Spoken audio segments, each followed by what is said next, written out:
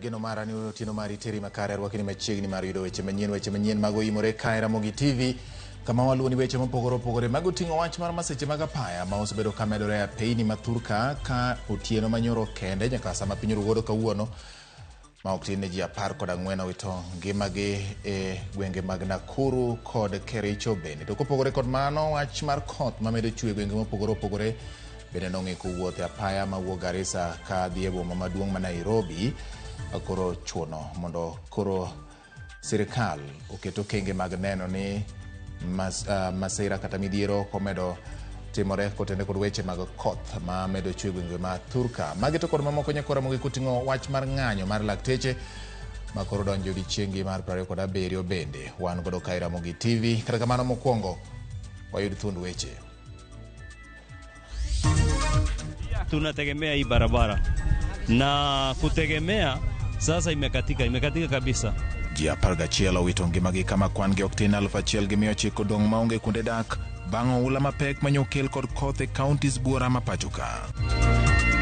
So far watu 8 wale waliokuwa ndani wote wameaka. Ji 14 otho e masira ariyo mag apaya ma otimore e counties ma Kericho kod Nakuru. With the permission of the government, we are able to get some doctors from the region. That we have political leaders just for a time. But for doctors who are serving, your skills cannot be taken away. Lakteche podoniano gi ng'anyo margi ma odonje odiechieng' mar 27 ka osiptal ma KU to chako ndiko lakteche mawuok e pinje maoko.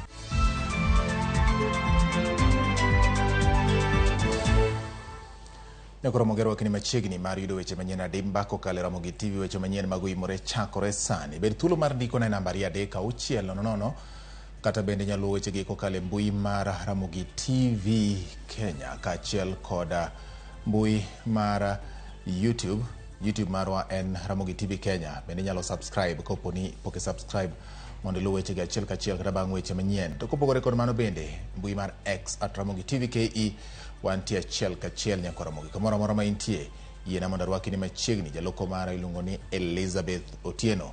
Nyinga en George Bati.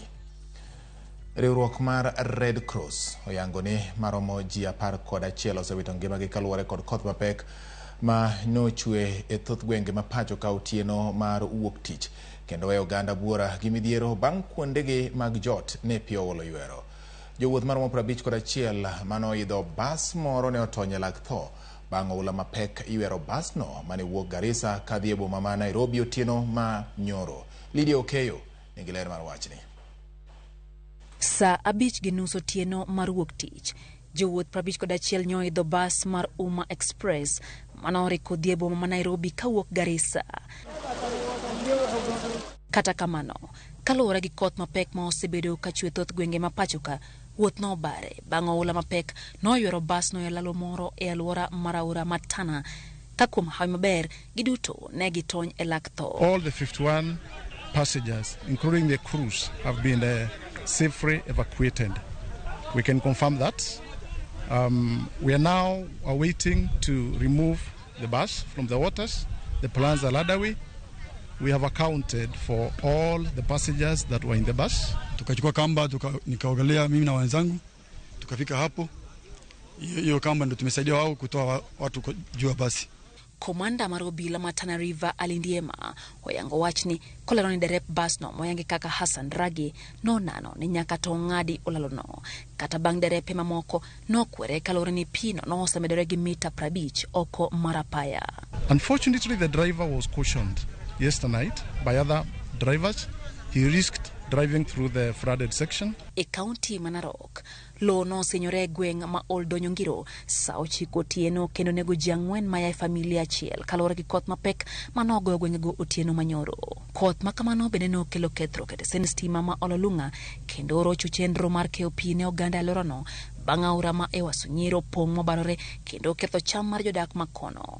Chakula imebebwa kingi sana, mahindi, maragwe na hata ngano. Stima tuko nayo hapa na ni ile ya 3 phase na ikishikwa na maji pengine hata italete watu kuangamia kwa hiyo stima. This water supply is serving around 15,000 people, including students in institutions at secondaries primaries. Matimore kinde ma jodak e gweng' ma Yambumbu manyo ringre jago moro ma jahigni 30 mane olo ywero nyoro e kinde manong'ado aora Athi kanyaka sani ringre ne pok oyudi. Duol marango weche mag gedo mag apaya e pacho ka Kenya oloro apaya maya Garissa kadhi Nairobi kama kuom apeyni manoywer gi koth mar El Nino machalo kaka mano ma Garissa kadhi Mombasa e alwora ma Bilbil kod Charidende bende koro ketie nyong'ong'.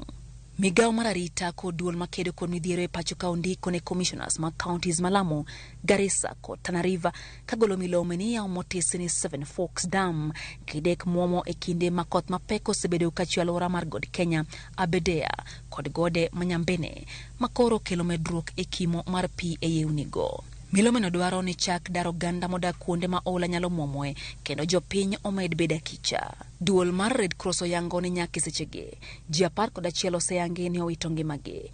Ji 3,874 osedo midhiero mapek. Ji 1,110 odong' ma onge kuonde jot.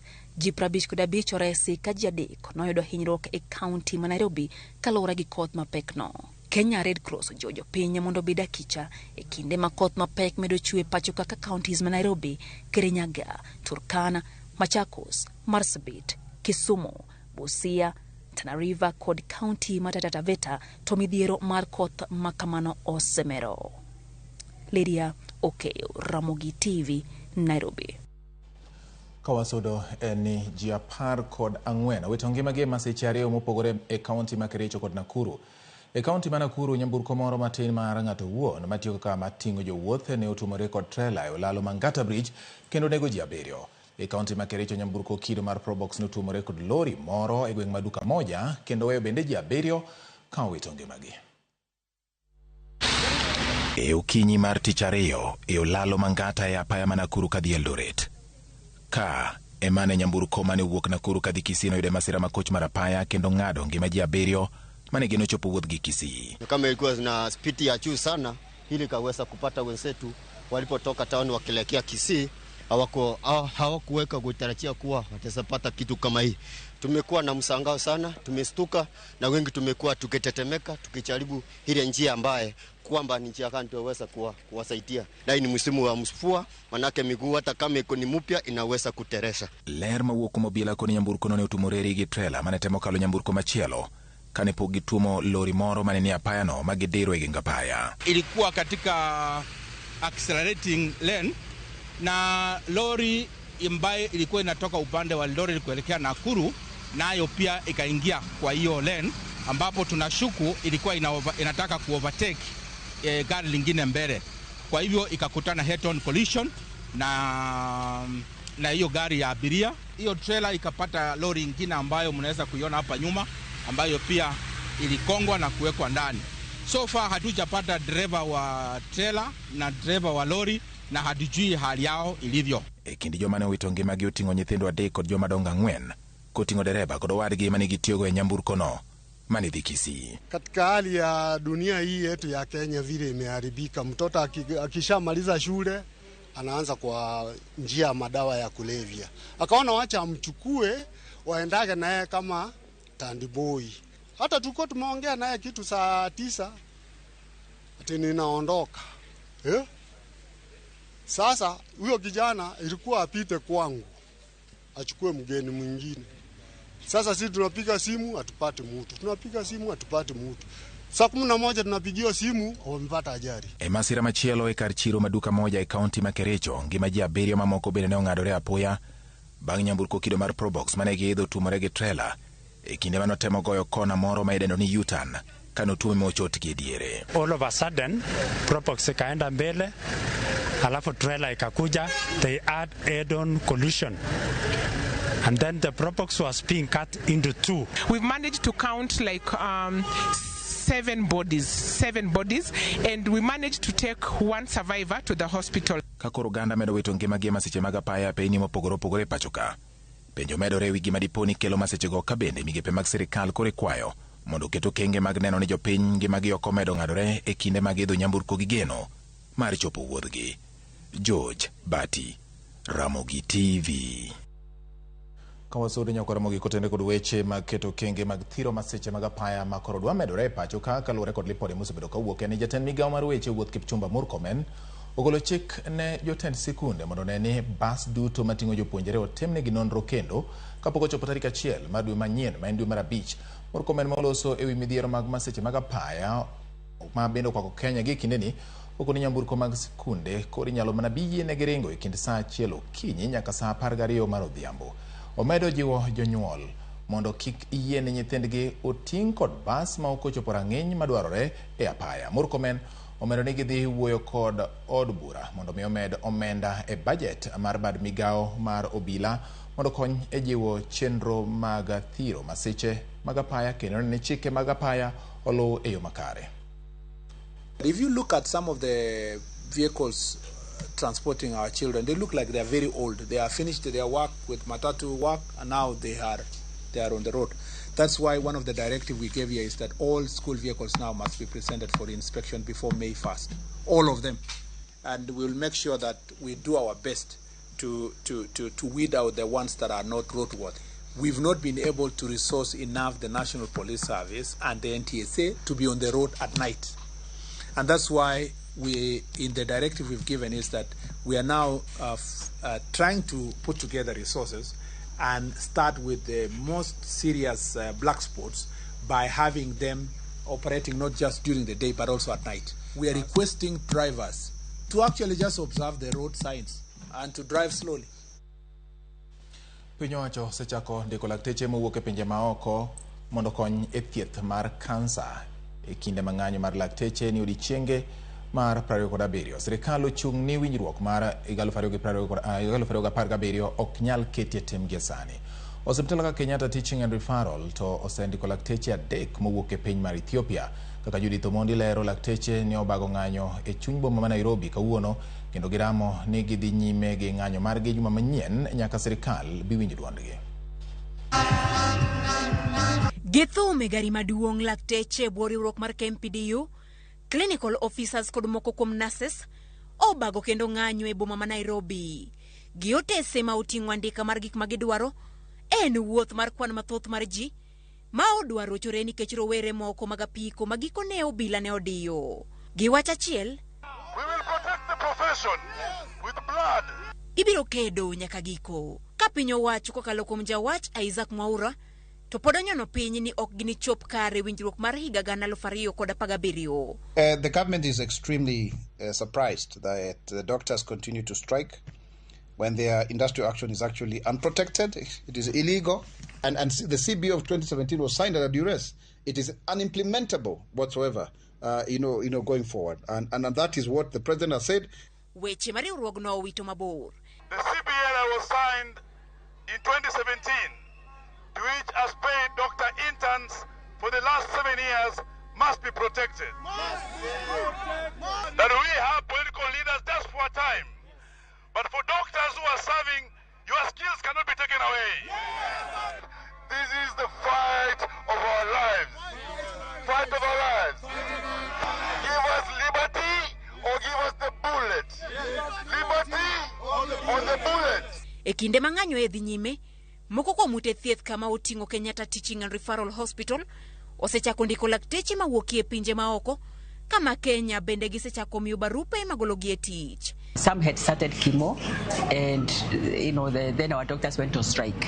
So actually with the permission of the government, we were able to get some doctors from the region, clinical oncologists, and those are the doctors who have joined us since Monday, and they have been seeing our patients. That is why we have some from Ethiopia. Of course, they had to be registered by the regulator, and we are still talking to others. Tima moko kuom jod bura e boriwruok mar Azimio la Umoja okwedo kendo singo jiwo lakteche ng'anyo. That minister is not capable of holding that position. I support this, and even our party and our coalition Azimio will support this. And if this is not stopped, we are going to join you in street demos. Juma manyien gichano bago ng'anyo ma oriwo riwruoge duto mag thieth e odiechienge 2, tich 2 kod tich 4, ka riwruoge mamoko kaka nutritionists, public health officers kod dentists bende chako ng'anyo bang' ndalo 7. Judith Omondi, RamogiTV. Omber sura nyako Ramogi mabende pod otenore gi weche mag thieth ni kweth mar Azimio la Umoja koro bwogo mar donje ng'anyo madhi nyime mar lakteche ka piny owacho ok otieko ywaruok ma okwako dwaro mar jochiw thiethgo. Jotelo kane owuoyo gi jofwambo sema wang' jatend piny William Ruto ka gidwaro mondo chop dwaro mar lakteche. Bende gisundo jatend migawo mar pur Mithika Linturi mondo gwe tao kaluwore gi wach mbolea mabandia ma koro chendo e pacho ka. And a statement issued that they were going to cut down on travel, for example, that those traveling, say, within the region will all fly economy. But what has actually happened? We have seen exponential growth in expenditure. Right. After all, they are collecting so much in terms of taxation. What are they doing with all this money? That is what Kenyans are asking. We are consulting, and if they do not stop this strike, obviously Kenyans are free to join. This is the height of irresponsibility by any government. We have rains, we have good soils, but we have fake fertilizers. We have fake seed being given by the government itself from NCPB stores. And for 3 weeks, the Minister for Agriculture, Bwana Linturi, has been trying to deny that there's no fake fertilizer. Very soon, we might even have to go to take the government to court for causing murder. Because what are we arguing about here? We are arguing about cents and shillings when Kenyans are dying every day. Josia Kariuki maen jaohala ma itudo kod uso ne jopur mbolea mabandia kawuono nochopo nyim komiti mar od bura mochung' ne weche mag pur kendo yanga dier ni gima osebedo ka uso ne jopur ok en mbolea ma ji ong'eyo to en kit mbolea moro miluongo ni silica. Komiti no noketo Kariuki e tago maliet e kinde mane dwani mondo mi oler gimomiyo osebedo ka uso ne jopur kit mbolea mar silica e kinde ma kwayo mane okwayo godo board mar KEBS to ne okwayo thuolo mondo us mbolea ma jopur osebedo ka tiyogo. Jafwambo marwa Chris Owino nigi ler mathoth ewi wachni. Josia Kariuki, jaohala mitudo kod uso ne jopur mbolea mabandia, ochopo e nyim komiti mar od bura mochung' ne weche mag pur. That the evidence I shall give before the committee on the matter and that these considerations shall be the truth. Kaka ranyisi mar miyo Kariuki siem ewi gima ochime, jakom komiti mar od bura mochung' ne pur Dr. John Mutunga otamo kinde magiloso kendo bwogo mar thicho gi oko. Much. I'm not going to allow you to start arguing things out here. He is the one we invited. He has to answer the questions. When you go to court, you can... Bang lero nonro mare, Kariuki oyudore e kona madiny kendo yeni en adiera ni mbolea mosebedo ka uso ne jopur ok en mbolea mapile ka owacho ni osebedo ka uso kit mbolea midendo ni silica. We have yourself taking to KEBS and you're telling us the product you've taken to KEBS and you find it an organic fertilizer. Is what you have been distributing an organic fertilizer or silica-based fertilizer? Silica-based fertilizer. Dr. Mutunga kod jokanyo mag komiti mar pur oketo Kariuki e mbero maliet mar yango kit mbolea mane okwayo bad migawo mar KEBS mondo omiye thuolo mar uso e pacho kae. The point is there is no mention of silica in all.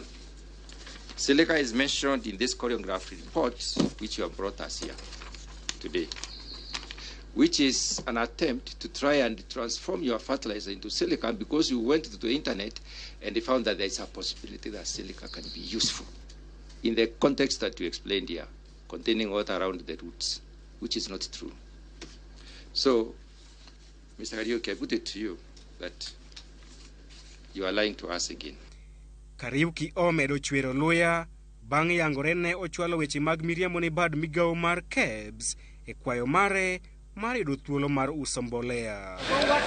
Kariuki ne onyiso KEBS ni kambi mare ne osechiwo koke e ogirimiti kod kambi mar African Diatomite mar uso mbolea e logi gino ma obok mage oyango ni en miriambo. Note the date of this agreement? Yes, I did.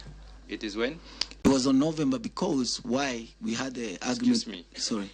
Do you know the date of the agreement? Yes, I do.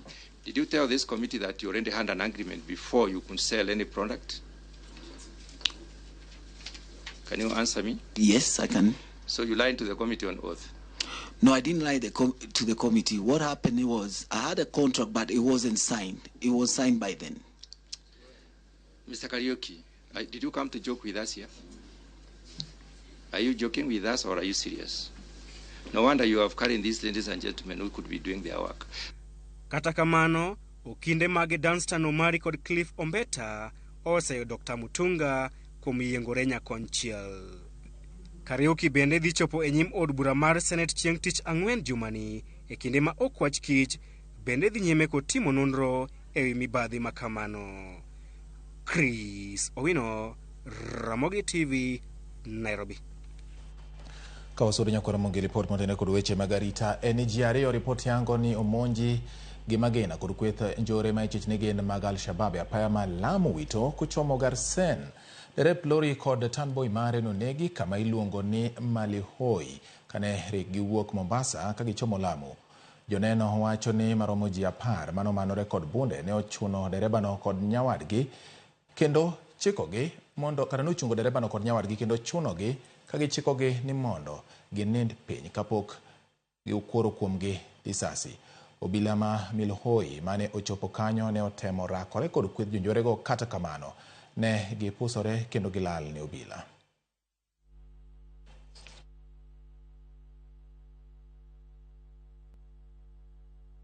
Erokamano nyakora Ramogi kuom kete Ramogi TV. Dakika en 20 mosekalo bang' saa 3 mar otieno. Weche manyien mago imore biro ne achiel kachiel kokalo Ramogi TV kendo amor ahinya ka ikete ka. Aneno ka odho soja Uri Katieno wacho ni onena ka entiere amoso e Uriri kendo mor ahinya gi weche manyien mago imore.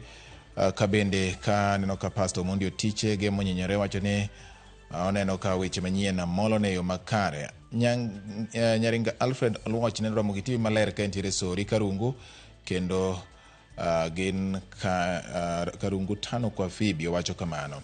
Owino Janabi kanjiro yani Masai jatend piny William Ruto poko winjo kwayo mar lakteche. Kare en ang'o marach momiyo lakteche ok dew? Mane penjo ma Owino Janabi penjo kar kaendi. Jok mabina noka ndiko na Maka Luga japeng' achiel mar Bomb Center wacho ni yo makare, kata kamano an kodi nyaka giko. Erokamano nyakuom kete ka wuod Nyaraye kani Simbi Nyaima Ramogi ler Simbi ka piny orumo accident omiyo dhano tho ka gweno aworo walemuru. Kasto jaod bura ma Embakasi East Babu Owino bende wacho ni an awuon taseriwora gi lakteche e ng'anyo nikech kata mana ng'anyo ma kawuono ne antie. Sirikal nyaka winj dakteche kendo nyaka tim dwaro margi nikech gine ma gisebedo ka gichung' ne kedo ne tuoche mopogore opogore. Kandalo corona gine ma ne gichung' kendo ne gin e ong'ala mambele. Kane giketo ngimagi kamarach mondo piny Kenya yud resruok, ok owinjo bed ni tuo gi lakteche kendo kaka jaod bura kendo kaka jalo modhi skul ok abiyie mondo tug gi lakteche. Abiro chung' kodgi nikech ka chung' kodgi ta chung' ne oganda jo Kenya mamoko. Nyakora Ramogi yiena mondo mi akaw yuyo gi kanyo. Ka waduogo pod wan gi weche mathoth e Ramogi ka koting'o nyaka ng'e gwengewa, kik idhi mabor.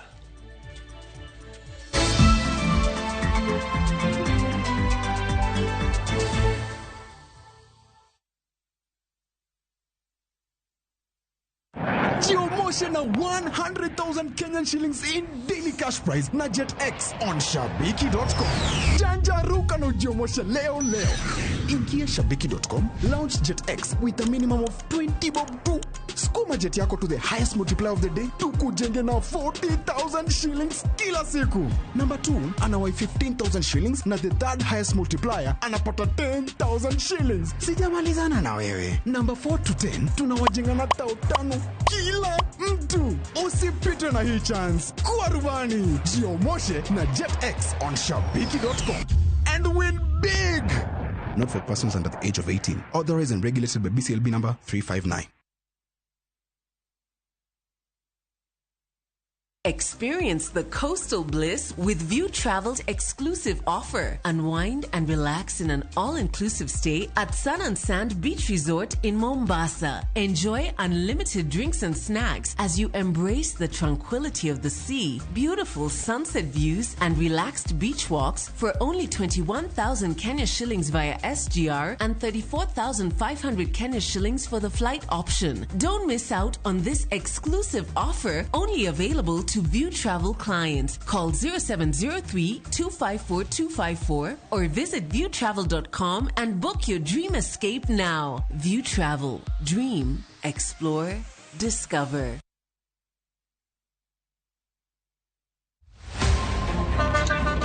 Tuanze kulipa kadi sasa. Na kadi ni cashless. Umesema tunaweka pale? Na kwa ile namba. Mimi niko na cash. Nisaidie hiyo do na namba yako ya simu. Na kusort. Kain jawuoth mar matatu e safar machiegni kata mabor. Non kendo yang ni chulo fare mari kokalo e yor mbui. Non ane ka yudo receipt mari e simbi. Kama sira ujuki kendo idwaro ni ochuli gi kambi mar okumba. Receipt mari kata digital receipt eneno mari ma ibiro golo. Ka in wuon matatu dwarore kokalo kuom okumba mari mondo ibed gi yore mag chudo kokalo e lony manyasani. Mondo matatu mari oyud okumba. Mambo ni digital. Tudri gi jal ma uso okumba mondo ing'e mathoth.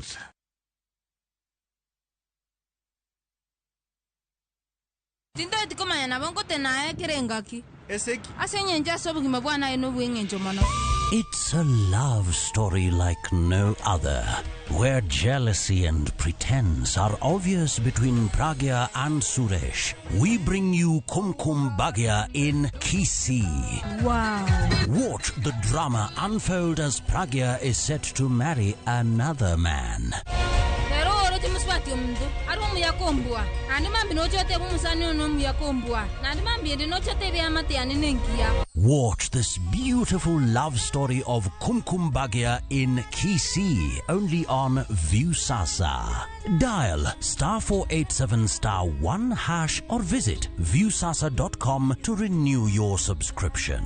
Wanchimbwa maiso ko mia yetamanyaini.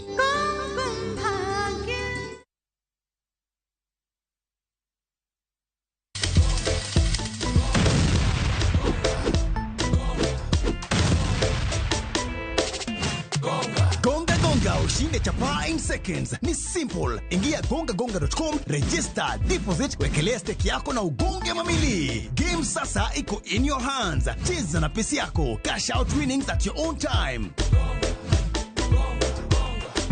Gonga ushinde sasa. Hairuhusiwi kwa walio chini ya miaka 18. Imesajiliwa na BCLB number 359. Gonga.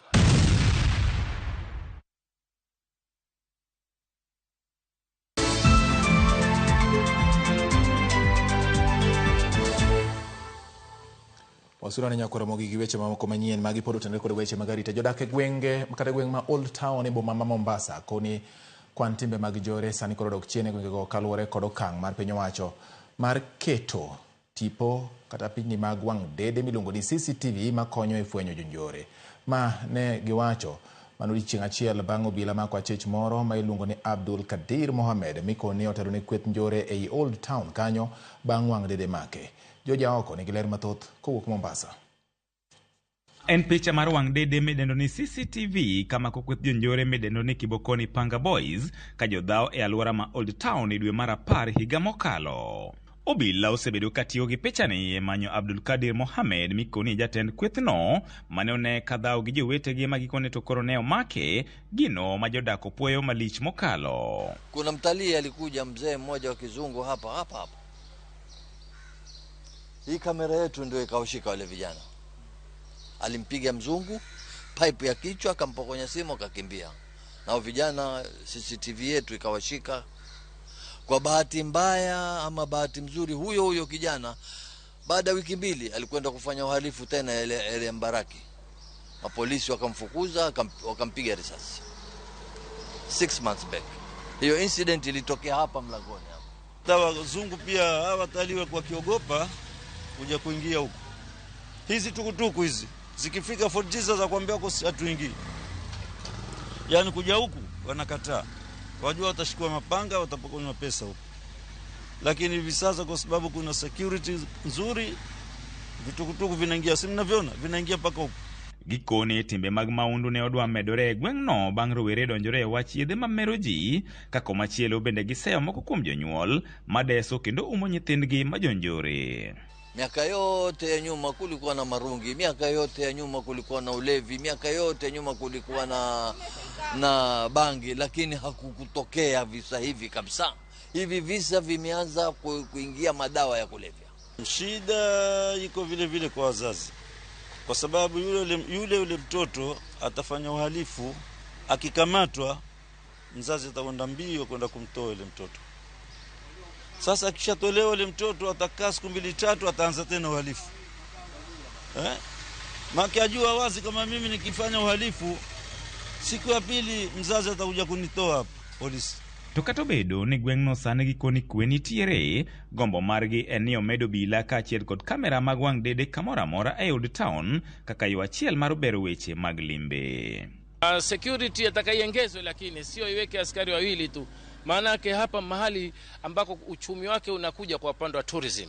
Na upande wa tourism sasa lazima watakuwa wanakuja hapa, na serikali Kenya inataka waje hapa, lazima waweke usalama. Na usalama lazima waweke plain cloth hapa, maskari wakitembea, sio wapite raundi moja asubuhi alafu waregee. Wahalifu hapa wote wanajua, maskari wanajua time za security. Sasa security kwa iko hapa itakuwa usalama mzuri, na wageni wanaweza kuja wakatembea hawana wasiwasi. Esechegi majotendari tako ni giwuok oko mar kedo gi kweth mag jonjore, jopiny kaunti ni ma Mombasa koni piny owacho nego ket maino mar kedo gi wach yedhe mamero ji mikone nyayo weche mag rochruok mag arita. George Aoko, Ramogi TV, Mombasa. Kodonje weche mag siasa ni duond bura mar UDA kawuono lero ikruok margi ne yiero mar jokanyo e kor gwenge, yiero magikoni biro timore tarik 12 mar dwe ni. Giwacho ni giseromo kod jogo mosechwalo nyingegi ne dwaro mar chung' mondo gilar kombe mopogore opogore e telo mar duond bura mar UDA. Ikwayo jogo mageto chung' to pok ondikore mondo mi ochwal nyingegi e yor mbui mar UDA. Gibiro lando nyinge jogo mosechwalo kwayo mar laro kombego kapok tarik 12 mar dwe ni ochopo. The board also agreed to undertake comprehensive members sensitization meetings in the counties where elections will be held to ensure party members are well briefed on the election process.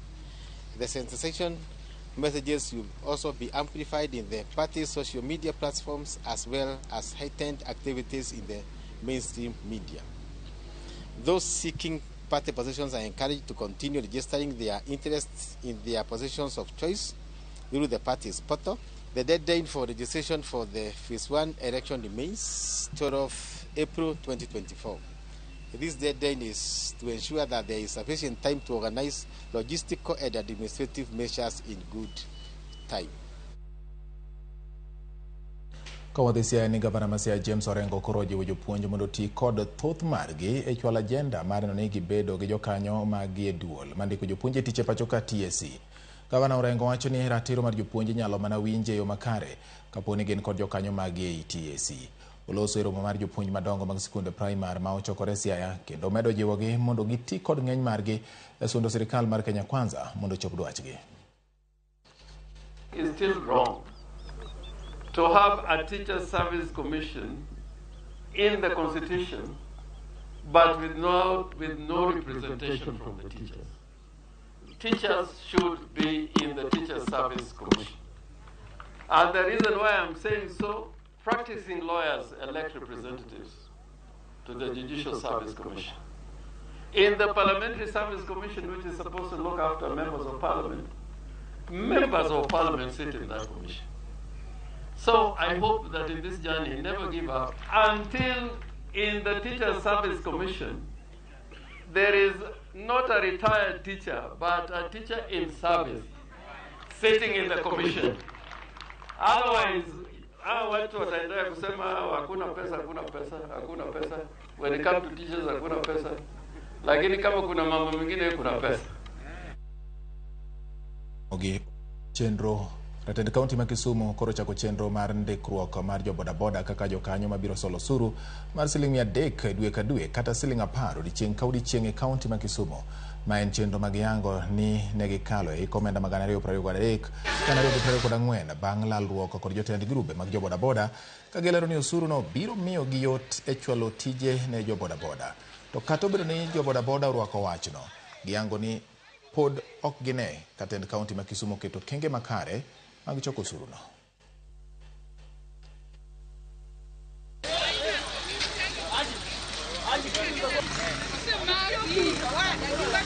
Border sector has got over 12,000 members in this county. We've had meetings with them starting last year in October, November, where we've met their sub-county leadership. Then we met their ward leadership, and then we also met their county leadership.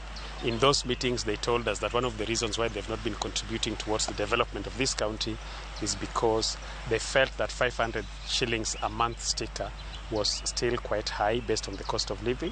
Through that consultation and stakeholder meeting, we agreed to reduce that figure to 300 as a start, and we passed it through the assembly during our finance bill of last year of 2023-2024. Pesani obi mondo konywa mondo services magwa wang'eyo ni achiel kuom gigo ma jobodaboda benefit from. Jobodaboda nyalo yudo accident gidhi hospital, kidhi kata e Russia kacha Jaramogi Odinga kata Kisumu County Referral Hospital, biro ka nitie ji mang'eny moyudo accident mag bodaboda. Kok ginyal dhi osiptande wago, yudo ni ok nyal kony ngimagi. Over pesa moingo milion 100 ne en ang'o mwanyalo temo mondo wan bende kaka county wamed timo negi. Plan mar county nitiere go to kane karach nikech onego bed ni county dongre na through revenue. Barado ma penjo marachiel ni sama pikipiki no osebedo registered kaka koro chulo county oshuru. Pikipiki odhi okethekna mar bang' dwe achiel dweche ariyo ni piny mokti. Ere kaka koro county dhi ng'iyo kanyo mondo mi kik bed ni areas maga medore to kati. Ramogi gin penjo mamoko kuom joriembo mag bodaboda ni godo gino ni tend kaunti ma Kisumu biro medo romo kodgi kendo fuono ne gi tiend wachno mano ni kaunti yudo kaka nyalo tayo tijene to jobodaboda bende kobedo kod ng'ur e kinde mabiro. Ka wadonjo e chenro mar ng'egwengewa kawuono ni wamenyo gweng' ma Kisian mayudore Kisumu. Jafwambo marwa Millicent Adhiambo kawuono ni ng'iyonwa ni to nying mar Kisian ni nochakore nade, ang'o manokele to ginang'o gini ma jopiny wacho ewi nying mar Kisian ni. Chenro mar kawuono mar ng'e gwengewa.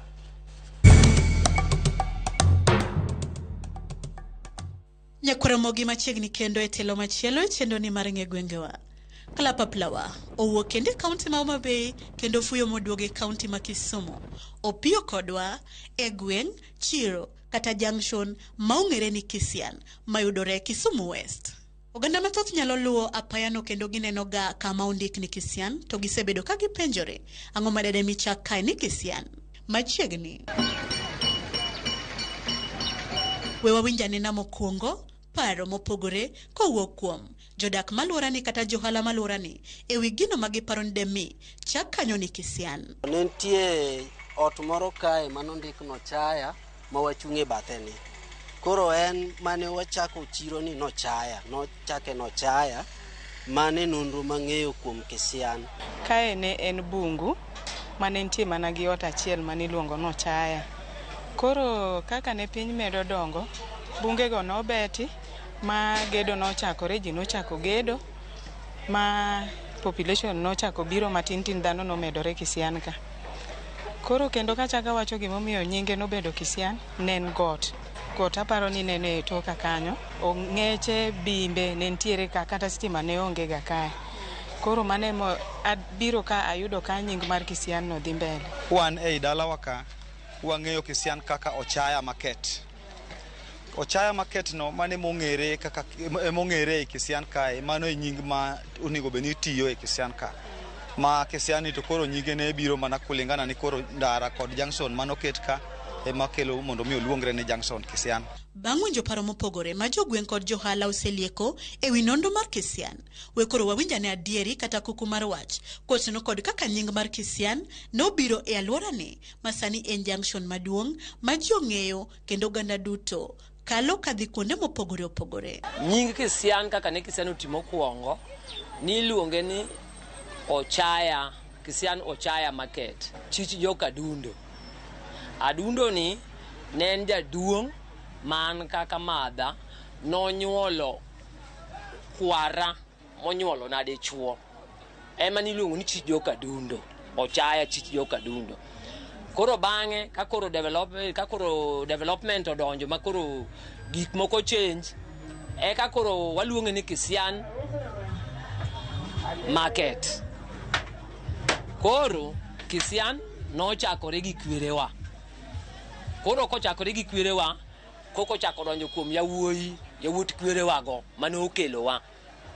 Malo mar Kisian mokuongo chiro maduong' mar sirikal en nochak ke gi kwerewa kanyo noting'o Pius Dianga, kanyo noting'o Omolo Dickson, kanyo noting'o Ndonga Matin the late. Koro magi the lates mawachogi. Koro Kisian ok en chiro masani, Kisian en chiro machon manie Junction Place ka.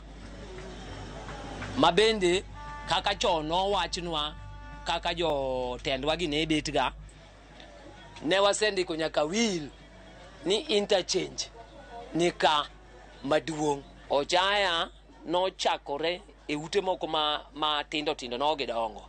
Negi tindo kata masinde manoger ka kata pi ma ng'ama nokuongo ywa pi mar fridge kanyo ne en Ben Mugobonyo. Koro Ben Mugobonyo ni noywae kacha. Wuon masin manokuongo ne isako yienyo jaimbo jabucha mane iyudo nyaka piende kanyo ne Wangasa. Mana kamano nyaka Ramogi koro waseyudo adieri ewi kaka nying mar Kisian nobiro. Koro we wawinjane ni Kisian humbe landore kod wach mane. Gimong'ego maduong' ne en kama nokuongo wang'e mbuta.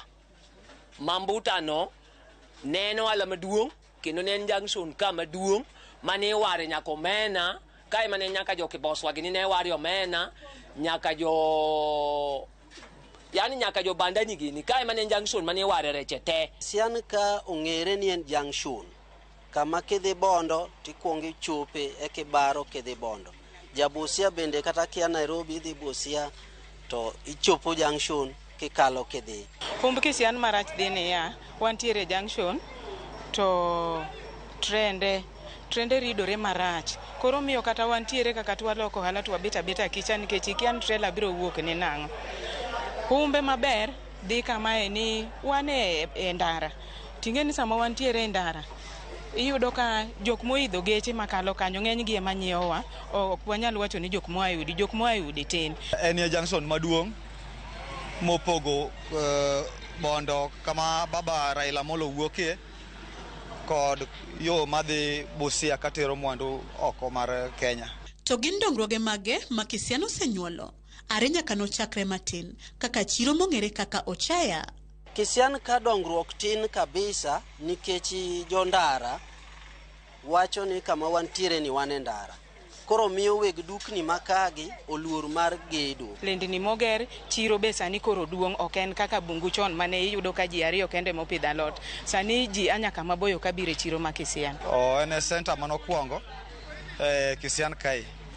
To kuonde mobiro toke osedongo ahinya to wan wasebedo kwa thirre nikech weche mag kakarwa olo wa Kisian ka. Wan koro wan Kisumu City Place. City Place ni okelo koro jo Kisian ka wabedo cross bloods and DNA bloods. Makoro wan ka people are gathered here. Mane chon ne tin. Ubendo ala sani obedo malo nekech oformo groups mane onge. Grube sani nitie ka. To gin rem kata kwayo mage ma jo Kisian ni godo. Governor marwa oyio konywa MCA ogamnwa nyithindo. Kiko ket MCA gi pek maji weni ouso chances go to kare gigo isno. Koro dani governor bendo bedo kodwa thuolo. Ogamnwa nyithindo wang'eny gi mierka. To mano be momiyo sida nitie e area waka. Nekeche wan gi nyithindo mosomo man gi certificates mang'eny. To konde mwasogi onge. To county duogi nyalo kete kata ywicho kairo ywicho. Wan kama very dangerous. Kulingana gi ndara mantie kae waseneno masiche madongo ka kulingana gi mitoka kaka mtoka ridore ka wuok malo jolaka geche madongo go ridore ka kendo wanwang'o thoge mang'eny ok wawinj maber ahinya. Wakwayo mana ni mondo mi Kisian ka oterwa e chiro maduong' mar Kisian Ochaya market nitiere. Kimi ji place manyalo use kama kinyalo ger chiro maber ka koro ger chiro tonglo cha. Kata chieng' moro ka gedo kaka iwacho ni ibiro muk ndara tigedo to gi terwa e chiro moro ma chal gi area ma wantiere ma wanyalo neno gari nikech mostly tunahudumia jogeche. Mana kamano bende nyakwara Ramogi hemwachopo godo e giko matelo machielo e chenoni mar ng'e gwengewa. Sani kikadho Kisian nikech en junction manyalo teri Busia, to nyalo teri yo Siaya kata nyaduogi yo Kisumu. Tagng'eyo nin kod lony kaka nyingno nobiro. Omiyo gi thuloni, we agoni oriti warom kendo juma manyien e seche machalo kod magi, kama bro chako duogo ni kod nonro mar gweng' machielo. Nyinga Millicent Adhiambo, kata kiero tinyalo luonga ni Nyaboma.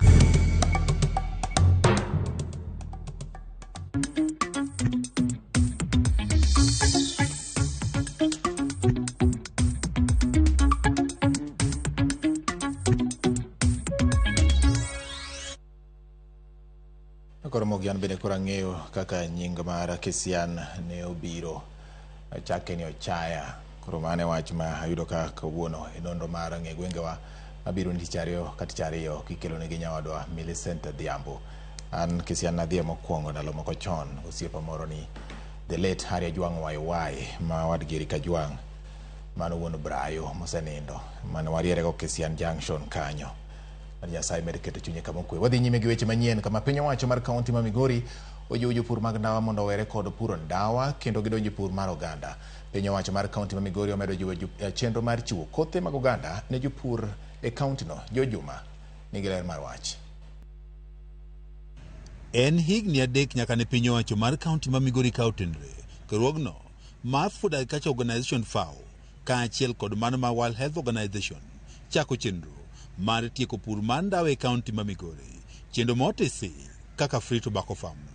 E higa mar 2021, kwan jopur maromo 330 e kaunti ma Migori ne oweyo pur mar ndawa kendo donjo e pur mar oganda ma ong'ere kaka Nyota Bin e bwo chenroni ma Free Tobacco Farm. Geno mar chenroni en tieko pur mar ndawa ma iteno kod midhieche mathoth. Wan gi farmer groups mwaromogo joma puro ndawa kawanyiso gi ber mar alternative cash crop. Ndawa ni onengo ji oaye en mani ji okong'eyo lokruok chando ga dhano orach ga dieri nikech mokwongo chiche pesa budho kapok obiro.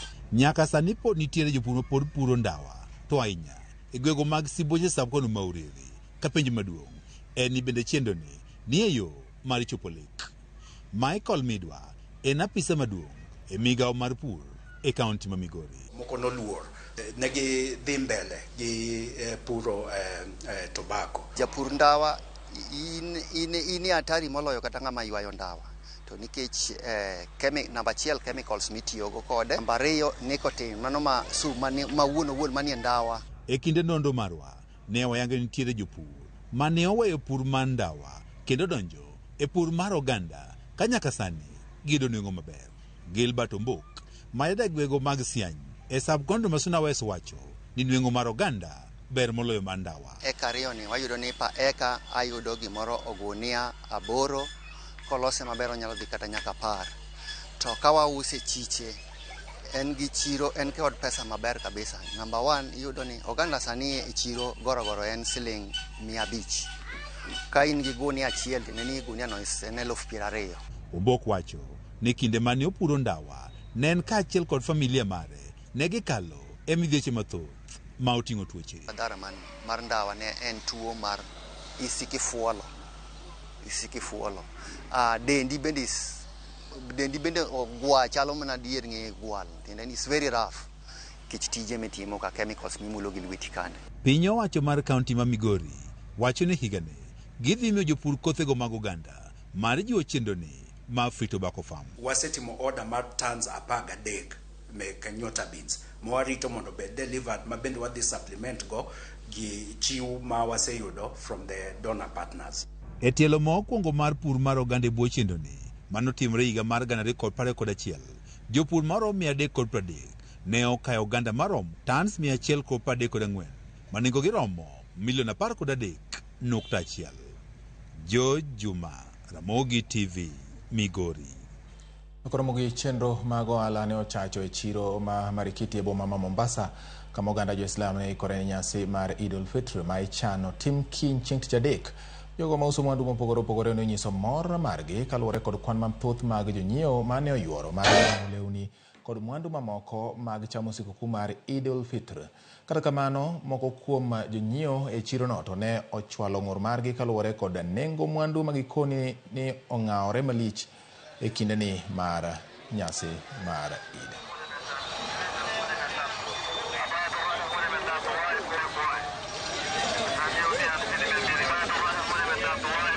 Mwanangu, yani sasa tuna feel poa kabisa, yani kidogo kidogo tunajaza tunajikimu mahitaji.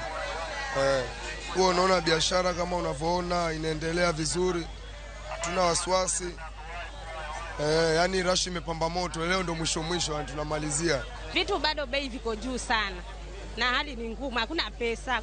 Kuja kununua nguo za watoto lakini hata nimeshindwa. Bado sijanunua, naranga tu nikiangalia. Juu nimepanga 500,000 na niko na watoto 4. Mimi mwenyewe bado mzee bado. Itatosha kweli? Haiwezi. Juu shati moja nauza 750 ya kijana. Ukisema suruali 1,200. Niko na dume 2, niko na kike 2. Nitanunua nini? Sasa hizo pesa sasa hazina thamani. Sasa asubuhi tu kichange tu 1,000 tu hivi ununue breakfast. Hakuna kitu inabaki. Kwa hiyo tunashukuru rudi kutoka Tanga 3, Tanga 4, Tanga 6, Tanga 7. Tunashukuru. Fresh.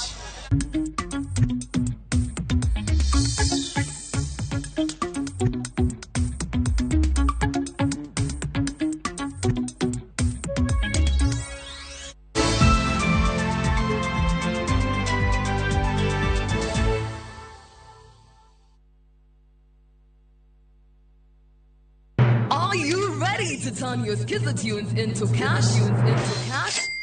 Dial *487 *3#. Choose your favorite Skizzer tune, confirm, and enter to win big. 50K daily, 100K monthly, and the grand draw of 1 million Kenya shillings. Each time you download Skizzer tune, you support our local talent as you increase your chances of winning big. All SMS alerts are from Skizzer Citizen, and lucky winners will be contacted from 0709 767 000. Skizzer tune, Skizzer chapa.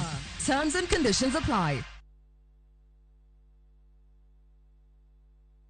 Sasa kwa tau moja tu unaweza pata third party cover for your private motor vehicle valid for 30 days. Say goodbye to expensive motor vehicle insurance. Pata bima kutoka Direct Line Assurance. Kujisajili bonyeza *487#. Weka namba plate ya gari yako, ID namba yako, email address yako na ulipe thau moja tu. And your digital cover will be sent to you instantly. Collect your sticker at your nearest Total service station. Dial *487# upate third party motor insurance valid for 30 days. Pap, ni thao tu.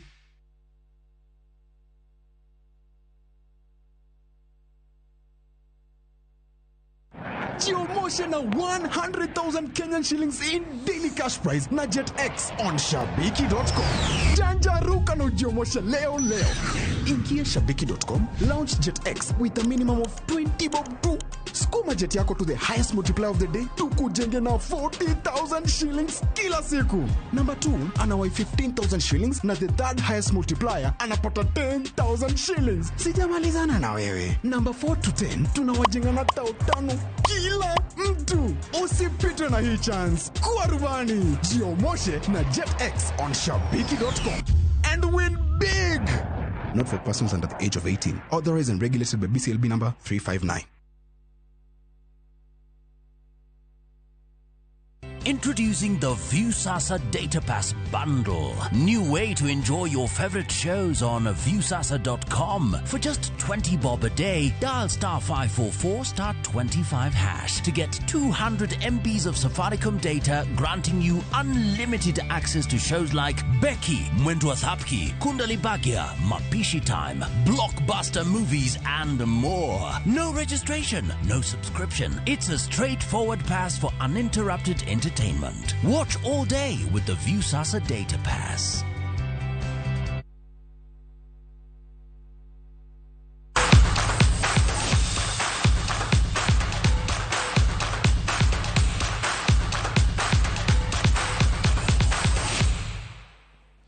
Anoka jimedo ndiko na nyakwara Ramogi mi apachi erokamana inya to mago bro somo ka watiko weche manyien ka watiko mag tuke makoro biro ni achiel kachiel joloch mokalo e tuke mag sikunde sekondar chako tuke ma higa nigi loch e tuke mag sikunde sekondar tam mokwongo ma ochakora Yanga odichi makawuono e county ma Machakos.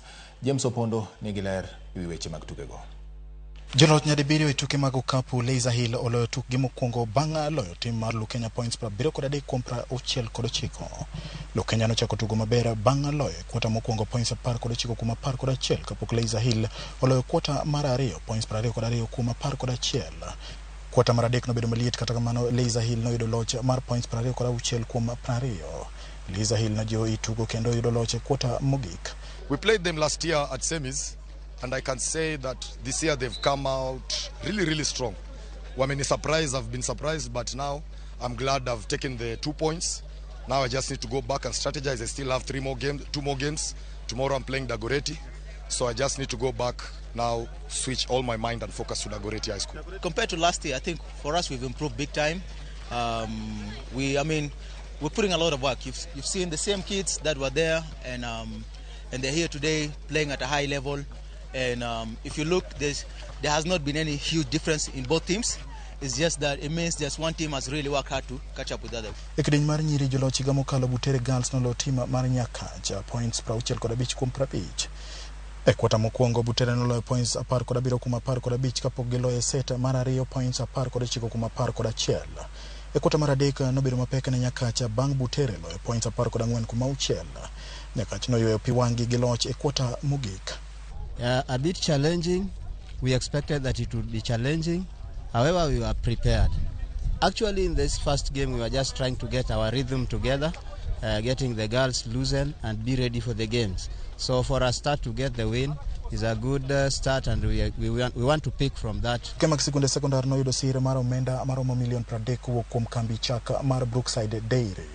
Kanyo gi RamogiTV. Jatend tudruok e kambino Wilson Okong nolero ni chenro nitiere mar manyo ne jotugo masulwe thuolo mag dhi mbele gi tiegruok margi. Wan kaka kambi mar chak mar Brookside Dairy en morwa gi ilo ni waketo ka omuom maromo shillings milion 30 mondo tukegi olos kae ne nyithindwa. Kaka bende ung'eyo jokanyanam tugo en gima very important kata ne nyakwa Ramogi nikech wabere tuke mang'eny.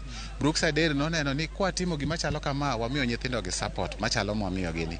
Many of them oseamene tuke mag Tam 1 games mobedo ji. E tuke mag handball Hospital Hill magin joloch higa mokalo noyudo loch mar gonde 39 kuom 9 e kindgi gi Sabanle. Bang' tuke odiochieng' mokwongo e tuke mag Sikunde Sekondar rumo ayanga timbe ma olo odiochieng' ma kawuono nyaka yud loch odiochieng' makiny ka wang' biro rango tugo mabiro bedo kind tim mar Laser Hill kaachiel kod Dagoretti e tuke mag okapu. James Opondo, RamogiTV, Machakos County. Nokoromo gikogo kigwenge ma Machakos wateri nyaka Kisumu kama Obunga FC ni ong'ala mamalo e orako mare kuogni tuke mag Safaricom chapa dimba e kinde ma wichbar ma giyudo en ni manyo jatugo madhi umo fuok mane owe kod jatugo machon Dano Mala makoro sani en wach ma pod miyo gi wichbar. James Opondo doenwa chenro mar ikruok komiwa mathoth kuom lokruok ma piem mag tukego kelo e kor gwenge ma pacho ka ahinya to e kaunti ma Kisumu. Piem mag tuke Safaricom chapa dimba ukayo ka wang' koro ochomo tima mar Obunga FC kalure ni tukego ibiro bagi kaunti ma Kisumu kalap tuke ma Kenyatta gi mano ma Moi Stadium ema dhi bedo oguro mag tukego. Ikruok dhi nyime ka wang' ni liet mag tukego golo nyaka johera mag adhula moting' koda ka mago mag Obunga FC oko e orako mag goyo ongeng'o gi kido makende mar thalo kata goyo bul motelo ne tukego. Armstrong Omondi en jatugo e tim mar Obunga FC kuom higni mokalo 6 kendo japuonjre e sikund sekondar ma Alliance e boma ma Nairobi. Were mare e tuk adhula nofwenyore ka pod en kidoro kendo kata jonyuolne osetaye e yo makare ka olero ni sulwe mare nochako rieny bang' tipone mienjo e tuke chapa dimba. Tok nyuole to nikech geto bende talent mar mpira ni malo wa decide ni mondo wamiye opportunity main wachake chaka gi mpira to en nyiewo ne wuoche to en nyiewo ne mpira koti to ken wanyiewo mana moko. Gik mang'eny mwaseyudo e chapa dimba mar Safaricom ni gin kaka balls to gi makoch moko ma oko be neno kaka wagocho to ka wamoro gi to ginya kawo wat etero etime madongo dongo. Ndalo koro kayo kendo jotugo ni ong'ala mogika mar ikruok e kinde ma wichbar mar many jatugo madhi rwako wuoche jatugo machon Dano Mala medo sesre bang' jatugo no yudo gwel e piny mar Mali. Penjo en ni bende Armstrong Omondi nyalo dino fuogno. To koro sani kalure gi ma ok wanyal geng'o, ok wanyal yude nikech en mali. Koro miyo kar loyo kanye mosebedo wich bar ne timni, to watemo mondo mi ng'at mane nie bench kane omala gocho mondo temane ka dirwak wuoche neno. An sure ni wan ready ka wakonyira konya gi mafans wa ma Kisumu kae. Wan sure ni wadhi ting'o kikombe mar nationals. Opunga FC koro kwayo johera mondo owuog oko kar rombgi mondo omed gi mbi kod mijing'o mar kelo loch Kisumu kendo. Kalore gi jonyuol Armstrong Omondi ma bende en patron ma Opunga FC, johera gi bende nigi ting' e duoko maber mag timno. Mpira ok inyal loyo kionge fan. Koro wamor kabisa ni mafans kata kineno ka bunde osechako donjo. Meaning ni mapok nwaneno ga kuonde moko ni mafans bende sama players be timo training ni mafans bo osechako train kaka gibro go bul. Piem mag chapadimba bende dhi nyime gi yudo puoch e kor gwenge kalore gi lokruok mosekelo e kind jotugo kod jodak e pacho ka, kendo kaka jatugo Armstrong Omondi lero, tukego mos oseloko pach oganda e kar dak mongore ma Obunga, kendo mos Obunga bende koro ong'ere kaka kar dak were. Ji ong'eyo koro ni Obunga en kumoro ma nitie nyaka talent apart from the bad deeds man itimre Obunga. Kambi mar Safaricom oseketo chenro makare mar neno ni chenro ni odhi nyime e yo makare, kendo kalure gi kambino giketo tenge omenda makore lach mar neno ni chenro no odhi makare. Kwanza namba achiel, both boys and girls dhi dalagi million achiel cash money. Number 2, that is runners up, be bro dhi dalagi 500,000 alfumia beach, both boys teams and both girls teams. Number 3, bro dhi dalagi 250,000. Piem mag chapadimba isiro kod kambi mar Safaricom ka gigeto timbe manie kor gwenge mag rowere manie kind higni 16 gi 20 ka gimiyogi thuolo mar nyiso were kod mich magi ka wang'ni. Tukego ochomo kaunti ma Kisumu e rang'iny mag nationals kochakore chieng' tich abich. James Opondo, Ramogi TV, Nairobi. Koro Ramogi koro adonjo motende kod weche mag ng'wech. Ni kocha mar ng'wech Paul Kibet Simbolei kod mane en jang'wech Elias Kiptum omi kum mar tueche jela bang' do yudo gi ketho mar tiyo kod obok mabandia gi dwaro mar racho nying Kenya ni jotugo mage thoro tiyo kod yedhe majing'o del. Kiptum dhi bedo e jela kuom higa achiel gi nus ka Simbolei to otwe higa achiel e jela. Kata kamano nochako gonye thuolo ni mar Neriko osebedo e jela kuom higni 2 kane bura no dhi nyime. Jal bura mar do ma JKIA Njeri Thuku ong'ado ni neno nitie moromo tudo ji 2 go kod ketho no, kendo ma gikone to nomiyo omigi kuma kamano. Kiptum omi ndalo 14 mar mako apil kata yuagra.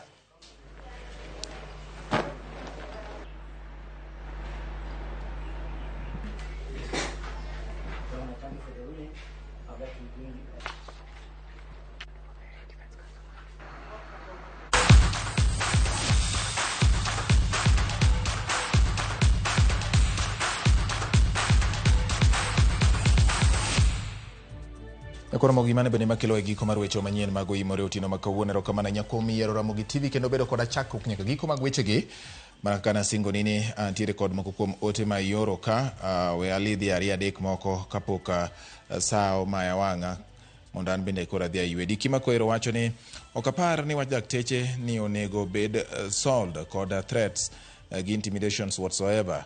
That's primitive and soon ibiro neno ka strike no or escalate beyond only health practitioners. Chulo daktari motiegore 70,000 marom gi ng'at ma samoro kotiegore ahinya en chal gima iyanyo lony makamano. Mano kaluwore kod Diki Makwero wacho ni daktari en ng'ama odhi skul maber kendo ng'ama ngima jabe piny ni e lwete winjo bed ni imiye dhial kendo idewe e yo ma owinjore. Kasto jadolo Peter Jwang' Orono wacho ni an Obunga City Kisumo ka kendo mora ahinya kod kaka jo Obunga ikore ne tuke mag chapadimba go. Ang'e ni gik moko biro bedo maber. Mano kaluwore kod jadolo Peter Ojwang' Orono. Erokamano ahinya. Director Chingo Mwa bende wacho ni Ramogi miyo gi weche manyien yo makare kendo puonj mathoth yo makare. Okoyo mana joriembo kod ji duto matiyo kod apaya mondo olu chike duto mag apaya kendo derepe mondo kik riembe e speed mar aire tete ma nyalo kelo hinyruok ne ngimagi. Kasto Ojode Jairo ajamba ne chalga jamba na wacho RamogiTV e polo mar ariyo jo. Weche manyien mong'ith puonj manimba chenro mar ng'egwengewa en puonj mamit ahinya kendo gemi alaka bende Ramogi winjore yo makare. Nyako Ramogi anoka jaro soja nyisa ni entie koda kendo mora ahinya gi weche manyien otieno ma kawuono. Wacho ni wach kisiano mora kabisa nikech kisiane maluwo kadhi dala bondo kocha mano bondo root. Okay, Akum Solomon mar Kibuye bende wacho ni oneno yo makare. Reverend Jojo Yoa Pat Gweng kachiel koda Purity Agai wacho ni en ajali mapile Nyasaye mondo mi oparnwa piny Kenya ni. Erokamano ahinya. Ofide mar Mikei bende nitiere ka gi weche wacho ni weche manyien more e yo mamalo ahinya kendo mora ahinya gi weche kaka osemolo. Omolo wuode Nyakuoyo kantiere Asembo got bondo wacho ni bende en kodwa kendo mora ahinya. Joramo wiyo gao wuod ahero wacho ni bati doctors kare be inyalo buogi gi thuol ma otho ni pesa onge to mandiko juoke ma oko to nitiere mano e Kenya wuoro. Okay.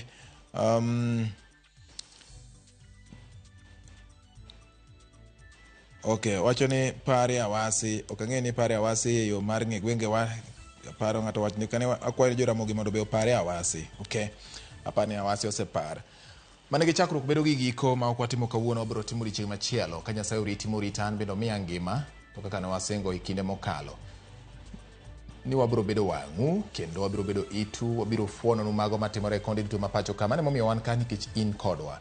Ka kamano iloya duto mosiro weche manyien kama oting'o reporters magwa kaachiel kod jachung weche mar Ken Moga, director mar Lindsay Simani kod kweth mare manitiere e agola mar ariyo mar od keyo weche manyien ni jaloko mara osebedo Elizabeth Otieno, jago picha maro osebedo Ben.